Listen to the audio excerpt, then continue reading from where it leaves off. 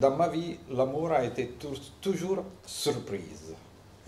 Ça a été une, si je me souviens bien, ça a été une surprise incroyable, l'auto-érotisme quand j'avais 12 ans, 13 ans. Oh, c'était pas vrai, c'est pas vrai, non? J'ai dit, c'est pas vrai, c'est pas possible. Ça a été une surprise les premiers baisers, ça a été une surprise la première fois qu'on l'a fait, ça a été une surprise d'avoir une fiancée, ça a été une surprise d'avoir une femme, et rester avec elle pour plusieurs années, et ça continue à être une surprise, parce que des fois, je me demande, mais est-ce qu'il est possible qu'on est ensemble depuis 40 ans? Hein? Il paraît impossible parce que voilà, la surprise, ça devrait être diminué déjà. Non? Il n'y a pas beaucoup de surprises après 40 ans. Mais c'est surprenant, c'est ça. À mon avis, c'est l'amour, c'est la surprise dans tous les côtés, du début jusqu'à la fin. Et quand je rêve à propos de l'amour dans ma vie personnelle, je pense toujours, ça me vient de penser, on a resté ensemble, on a eu des orgasmes ensemble, et ce serait très joli de mourir ensemble. Sur le plan personnel, c'est nettement plus compliqué. ma vie, non, moi 40 ans, c'est too much. Et donc, oui, mais même, moi j'ai plutôt des relations, la plus longue a été de 19 ans, et puis les autres ont été beaucoup plus courtes. Donc voilà, donc c'est plutôt ce qui est intéressant, c'est le renouvellement. Qui est intéressant sur le plan de l'émotion, qui est intéressant aussi sur le plan sexuel. C'est changer et renouveler. Donc c'est pour ça que je considère que il y a aussi un schéma de relation amoureuse que la religion et toutes les autres institutions nous ont transmis que l'institution par excellence de l'amour, qui est le mariage chrétien, nous vend, c'est cette idée de la seule et l'unique relation tout au long de la vie qui ne correspond pas du tout à mon expérience personnelle de l'amour. Mais je crois aussi beaucoup à l'amour dans l'amitié, à l'amour dans les relations autres que familiales aussi. C'est quelque chose que j'ai découvert assez récemment dans tout autre contexte, puisque j'ai fait une formation en thérapie gestalt, humaniste et intégrative. Donc dans la partie, disons, cette espèce de psychologie un peu aussi différente des canons académiques traditionnels, et qui a permis aussi de découvrir d'autres types de relations très très amoureuses, avec parfois des personnes qu'on a connues avant-hier.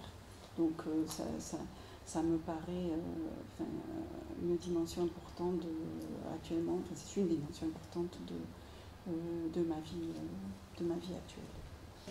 En écoutant mes collègues ici, alors je disais, dans le cadre d'une institution politique, je dirais, je me découvre en vous écoutant incroyablement conservatrice, même si je ne le suis pas du tout dans la vie, mais je pense de l'être complètement dans le rapport amoureux, complètement. Alors je crois fermement dans la monogamie, dans une manière absolue, mais réciproque évidemment. C'est pas d'un côté, pas de l'autre. Et puis, alors tu parlais aussi d'un système chrétien, un système de valeurs chrétien. Alors, moi, ce n'est pas du tout pour ça. C'est pas en raison d'une croyance religieuse, mais je crois beaucoup dans la monogamie, dans une sorte d'amour absolu. Peut-être plus que la religion, c'est que je suis tellement paresseuse que ça serait trop compliqué. Voilà, tu cherches pas les emmerdes, on a compris. Alors, surtout qu'il fait froid au Canada. Oui, alors, d'abord, ma vie musique, passion, amour, mariage, c'est exactement la même chose. Je n'ai pas besoin de changer de chambre, je fais tout dans la même chambre. Dans le sens que j'étudie mon mari, dans le sens qu'il est mon objet d'étude. Mais je fais même d'autres choses avec lui qui ne concernent pas forcément la musique, le rythme ici, mais pas la musique, dans un sens plus là. Donc oui, alors je suis, on pourrait dire d'un point de vue politique, j'ai une monarchie absolutiste. Dans la vie amoureuse, je vis une monarchie absolutiste, où il y a une concentration totale de tous les pouvoirs. C'est toi la reine absolue. C'est toi la reine. Non, c'est pas moi la reine, c'est l'amour, c'est l'amour. C'est l'amour, d'accord, Oui. très bien. C'est joliment vendu. Non, c'est pas moi, non. Mais absolutisme absolu. Puis je suis en ce moment, on est tous les deux évidemment, parce que dans toute une série historique, on a commencé avec la guerra delle due rose, comment vous l'appelez, la guerre des deux roses. Puis on a continué avec les Tudors, et puis on est passé à la Casata dei Borgia. Donc on est complètement dans l'absolutisme, dans la monarchie. Bueno, lo que voy a hacer ahora es hablarles sobre el dispositivo geográfico que hemos introducido hoy aquí. Porque, bueno, Wittgenstein situaba los confines del universo en aquello que podríamos nombrar. Si no era posible nombrarlo, no existía. De manera que yo, como geógrafo, lo que quiero plantearles a ustedes es digamos, la evolución de los dispositivos de conocimiento. Mi ciencia, la geografía, en el siglo XIX hacía una utilización mayoritariamente verbal de todos los conocimientos. Todo lo que podía la ciencia ampliar el universo era a través del conocimiento y de la proposición verbal.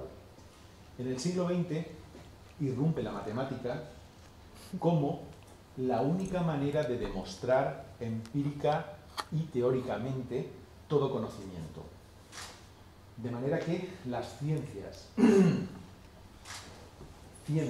es decir, no sociales, no humanas, pasan a una, digamos, dimensión distinta, intentando luchar por conseguir un lenguaje matemático que les permita inscribirse dentro de la ciencia.